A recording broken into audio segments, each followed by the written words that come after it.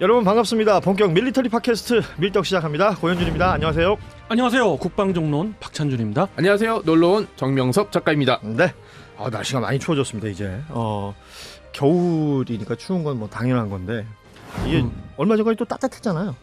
날씨가 막 널뛰게 한다는 느낌을 받아서요. 이럴 때일수록 또 감기라든지 건강에 훨씬 더 유의하셔야 됩니다. 이게 날씨가 덥다고 얇게 입고 갔다가 갑자기 막 눈이 오거나 막 이렇게 추위가 오면은 이게 못 견딜 수 있거든요. 그럼 시겁하죠. 그러니까. 네, 그럼요. 요즘 또 독감도 유행이라고 하니까. 두 분은 어디 편찮으신 데는 없으시죠?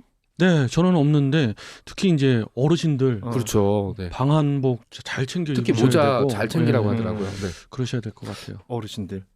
네. 여기도 뭐 어르신들이 쭉 계시죠. 저도 그쪽에 들어가나요? 자, 건강 잘 챙기시길 그럼요. 바라고요. 네. 자, 오늘 밀떡 시작해 보겠습니다. 우크라이나전 이야기부터 시작을 좀 해볼 텐데 전황에 어떤 변화들이 있습니까? 저는 우크라이나전을 보면은 우크라이나가 하염없이 불쌍해진다고 할까요? 이 약소국의 비애를 느끼는 게 굉장히 전황은 급박하고 계속해서 치열한 교전이 있는데도 불구하고 이제 언론과 대중의 관심은 그렇죠. 이스라엘 하마스 쪽으로 가서 지금 뭐가 어떻게 되는지 모르시는 분도 많을 것 같아요. 사실은 저는 매일매일 뉴스 보고 이야기하는 게 직업인데도 오히려 정보 찾아보기가 쉽지가 않아요. 네. 뭐 전쟁 초창기에는 아주 사소한 것들도 보도가 되는 경우들이 많았었잖아요. 근데 이스라엘 하마스전이 시작되고 나서는 그쪽으로 정말 대부분의 뭐 포커스가 맞춰졌달까요? 이런 것들이 확실히 느껴집니다. 그렇습니다. 그래서 말씀드리는데 이 동부전선과 남부전선으로 예. 나누어봤을 때 우선 동부전선 쪽에 변화가 상당히 많았어요. 뭐 이렇게 그 전선의 변화랄까 이런 거보다는 전략적인 변화인 거죠. 전략적으로 가장 중요한 위치 중에 하나인 것이 바로 아우디우카라는 지역인데, 아우디우카. 예, 인구 한 3만이 좀 넘는 도시였어요. 예. 근데 이 도시가 중요한 이유 중에 하나는 4개 주 있지 않습니까? 그 우크라이나가 지금 점령당한 4개 주 중에서 가운데쯤에 있는 도네츠크라는 아주 또 중요한 지역이 예. 있죠. 그 지역의 관문이죠. 그렇죠. 그 주의 관문이라서 여기가 뚫리거나 혹은 여기를 점령하거나 하면서 양측에서의 변화는 상당히 많은 변화가 온다. 흔히 말하는 그 전략적 요충지. 그렇습니다. 예. 근데 그럼에도 불구하고 우리가 늘 이야기했던 바흐무트라는 지역 있잖아요. 예. 거기에 양쪽이 다 함몰돼서 제2의 스탈린그라드 그렇죠. 전이라고 할까요? 아. 그냥 전략적으로는 그렇게 중요하지 않은데도 피 터지게 싸운 거예요. 그래가지고 많은 인명이 희생되고 그랬는데 이제 본격적으로 아우디우카로 눈을 돌리기 시작을 했어요. 그 눈을 돌린 가장 먼저 눈을 돌린 쪽이 러시아예요. 러시아가 먼저. 네. 러시아가 원래 도네츠크 방위군, 그전엔 도네츠크 군이었죠. 그렇겠죠. 도네츠크 예. 군이 우크라이나를 괴롭힐 때 도네츠크 군이 좀 점령을 못하고 있던 것 중에 하나가 그 우주 방어를 했거든요. 우크라이나 군이. 그래서 8년 동안 상당히 많은 지역을 요새화 해놨어요. 그 주변 지역을. 그렇기 때문에 못 뚫었는데 역시 우크라이나전이 개전되고 나서 처음에는 막 키우 쪽 그렇죠. 2022년에 예. 한참 그랬잖아요. 그러다가 방향을 러시아가 이쪽으로 틀면서 여기가 중요하구나. 러시아도 알게 돼서 그동안에도 쭉 포격은 있었지만은 그다지 뭐 유의미한 그런 건 없었는데 이제 본격적으로 기갑을 끌어모아서 왜 러시아군이 아직도 매번 괴멸되면 또 재편성해서 아직도 건재하고 그리고 가장 중요한 기갑군의 하나 많이 들어보셨을 거예요. 제1근위전차군. 네. 뭐 그들의 편제라서 그렇지 서방권의 기갑사단 편제로 보면은 한 5개 기갑사단 정도가 뭉쳐져 있는 그런 상당한 규모의 군인데 거기에 이제 기갑 전력이 돌파를 시도했죠. 이게 사실은 낯선 지명이 나오고 네. 뭐 어떤 곳인지 전혀 상상이 일단 안 되지만 전략적 요충지라고 설명을 해주셨잖아요. 네네.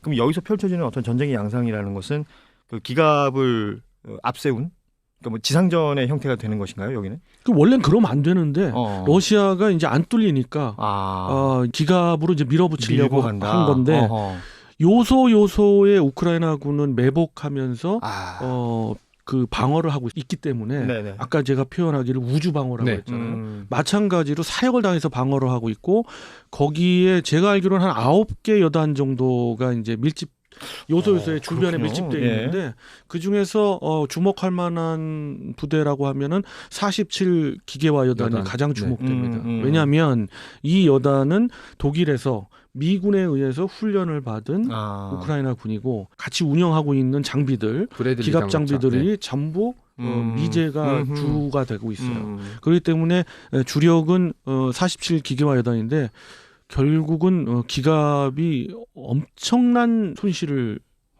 봤어요. 러시아가 그 동안에 뭐 주목도 안 하고 이야기 안 했으면 엄청난 손실을 봤고 그래서 러시아가 지금 시점에서는 전략을 바꿨어요. 이제는 뭐라고 그래나 보병을 밀어넣기 시작한 거예요.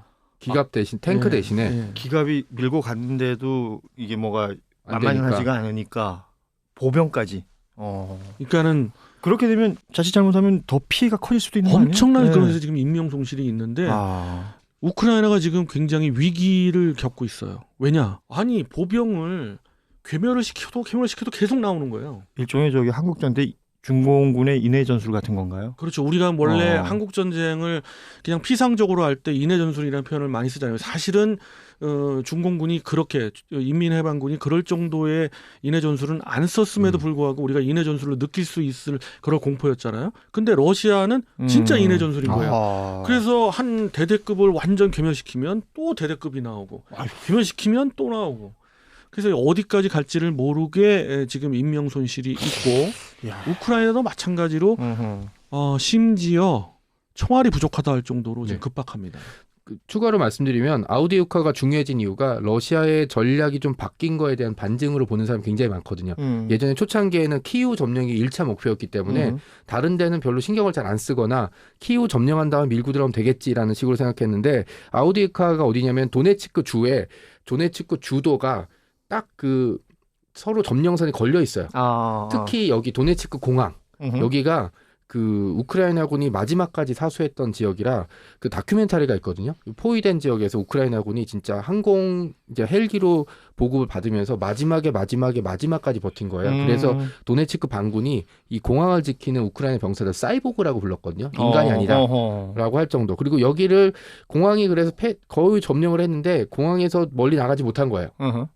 그리고 여기 아우디우카가 있으니까 도네츠크의 주도가 제 역할을 하거나 그 공항을 쓰려면 아우디우카 정도는 밀어내야 그러니까 전선이 거기 딱 형성이 돼 버린 그렇죠. 거구나. 네. 그런 바람에 그러니까 여기가 원래 그러니까 중요하지가 않은 지역이었죠. 러시아 입장에서는 우크라이나를 어차피 전체를 점령할 거니까. 근데 전체 점령이 좀 어려워졌다라는 게 지금 판명이 됐으니까 그러면 자기네 점령한 루간스크와 루한스크 도네츠크 지역의 이제 활성화를 위해서 좀 아우디우카를 밀어내야 되겠다라는 생각을 했던 것 같아요. 그러니까 우크라이나도 이걸 알고 있으니까 뭐 8년 사이에 계속 전력을 보강하고 창업하고 이랬던 거죠. 말하자면 이제 러시아가 우리가 도네츠크 먹었다라고 생각을 하려면 바로 이 아우디우카라는 지역이 필요한. 그렇죠. 그걸 점령해야죠. 그러니까 이제 아까 한국 전쟁 얘기하셨잖아요. 그 1952년, 53년 고지전 벌어졌을 때 딱 백마고지 같은 느낌? 간장의 능선? 약간 이런 느낌을 받고 있죠. 지금 인해 전술이라고 하셨잖아요. 그런 것처럼 거기도 맞붙은 게 백마고지 맞붙은 게 한국군이랑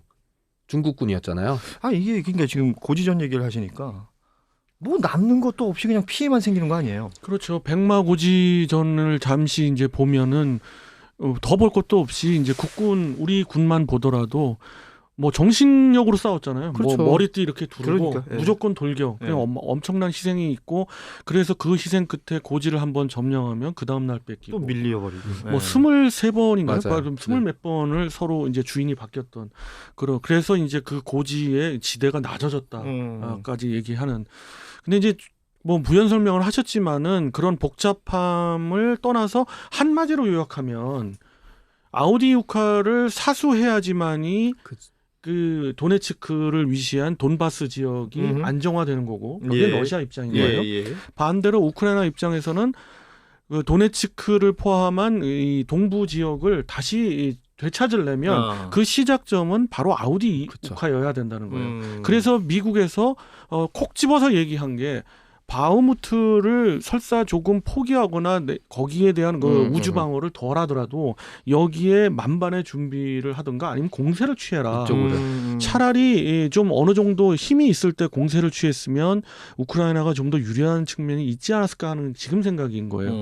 원래는 지금 공세가 바뀐 거예요. 그러니까 공격과 방어 입장이 완전히 바뀐 거예요. 네네. 사실은 러시아가 우주 방어를 해야 되고 우크라이나가 공세를 해야 되는데 둘 다 힘이 없고 우크라이나도 지금 공세에 힘이 없기 때문에 이 우주 방어에 들어가자. 그래서 오히려 우크라이나는 방어라고 앉았고 러시아는 여기를 완전 점령하기 위해서 계속 공세를 취하는 이런 형국이 되는 거죠. 그러니까 뭐 두 국가 다 마찬가지겠지만 러시아 입장에서의 데미지가 훨씬 더 크겠네요.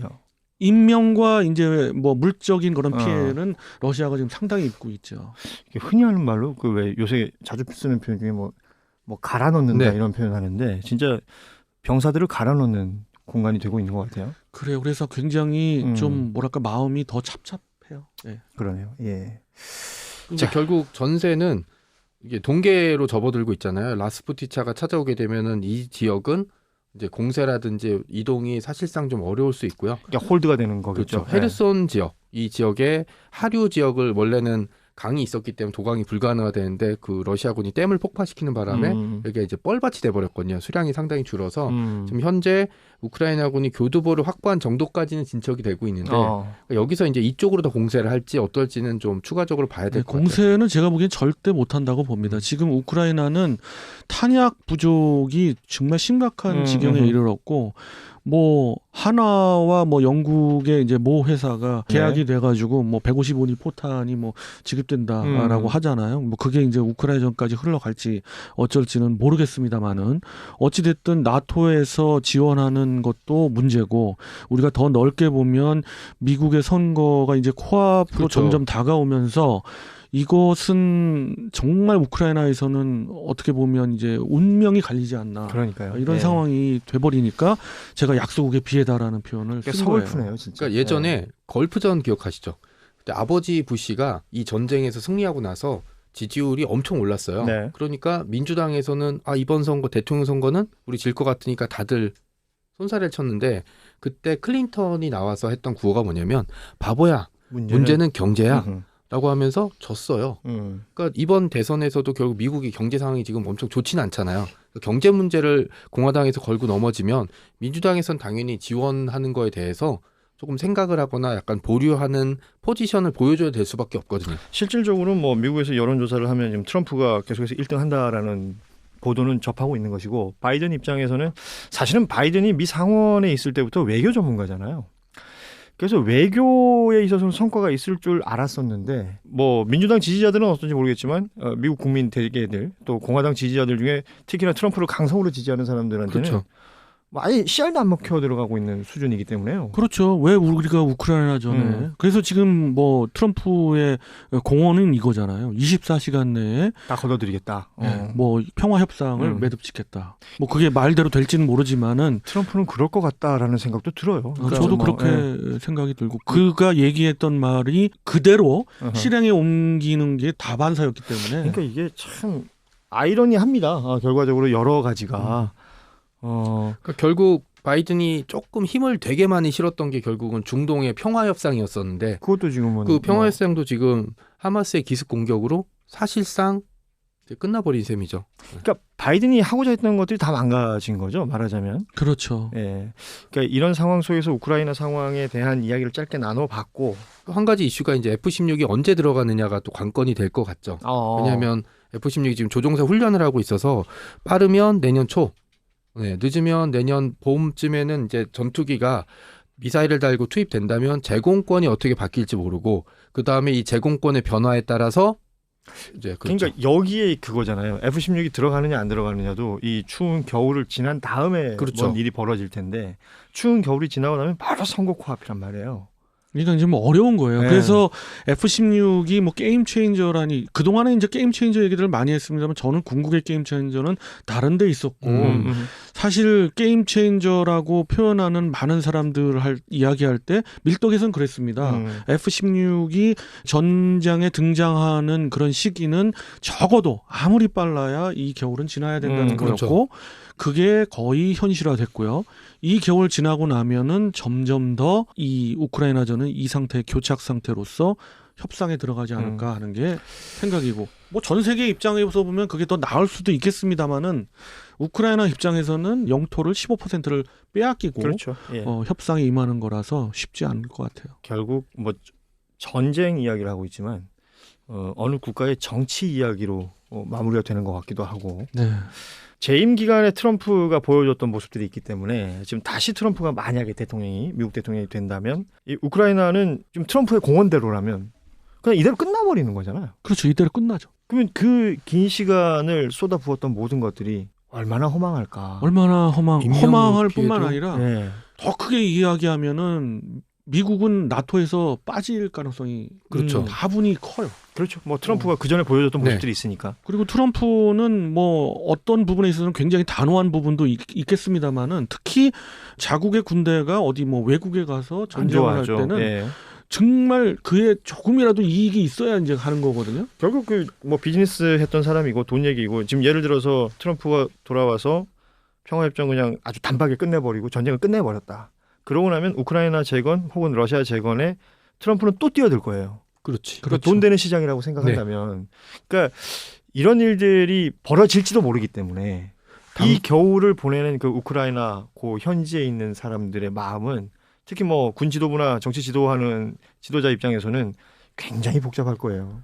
그러니까 멀리 갈 것도 없이 우리도 발등에 불 떨어져요. 마지막에 트럼프가 했던 게 뭐예요? 주한미군 주둔비 5배로 올리라고 했잖아요. 돌아오면은 다시 그 얘기 끊는. 아니 당연하죠. 트럼프가 들어서면 와 해결해야 될 일이 한두 가지가 아닙니다. 지금 왜냐하면 그 바이든 정부와 그 한미일 공조라는 것도 트럼프가 있을 때하고는 이게 완전 공기가 다른 거거든요. 그렇죠. 예. 일부러 주제 내에서만 이야기합니다만은 여러 다른 지역에서는 정말 놀랄 일들이 많이 벌어질 거예요. 아. 그거는 뭐 당연히 우리가 알고 있는 거고. 저희가 뭐 밀떡이다 보니까 그렇죠. 네. 이 우크라이나 입장에서 본다면 트럼프를 위시한 미국의 선거가 정말 이제 다가오기 때문에 여기서 우크라이나는 결단을 내려야 그렇죠. 되고 젤렌스키의 고민은 점점 깊어간다. 그렇죠. 이렇게 결론적으로 말씀드릴 수 있고 이스라엘 하마스전이 가져온 어떤 피해도 분명히 있고 이 지금 47 기교화 여단이 탄약을 더 달라고 했을 때 탄약을 주지 못하는 그 마음을 네네. 젤렌스키의 마음을 저는 정말 이해를 하게 된다면은 정말 답답해요. 자국의 병사한테 탄약을 줄 수 없는 상황이니까. 이게 헛웃음이 나올 수밖에 없는 게 그렇죠. 전쟁에 총알 없다. 이 문장이 성립이 안 되는 거 아니야 실제는. 근데 이제 되고 있죠. 지금 그게 근데 현실로 나타나고 있다는 거 아닙니까? 저희가 그 우크라이나전을 얘기를 했습니다만 상대적으로 관심이 떨어지고 있는 상황이었기 때문에 잠시 눈을 이스라엘로 돌렸다가 이쪽으로 와보니까 이런 상황들이 벌어져 있었구나. 라는 이야기를 오늘 한번 해봤습니다. 이 시간은 이렇게 마무리해야 될 것 같고요. 저희 또 다음 시간에 뭐 전황이 진행되는 바가 있거나 변동사항이 있으면 좀 더 이야기를 나눠보도록 하죠. 오늘 이 시간은 이렇게 마무리하겠습니다. 여러분 고맙습니다. 안녕. 안녕히 계세요.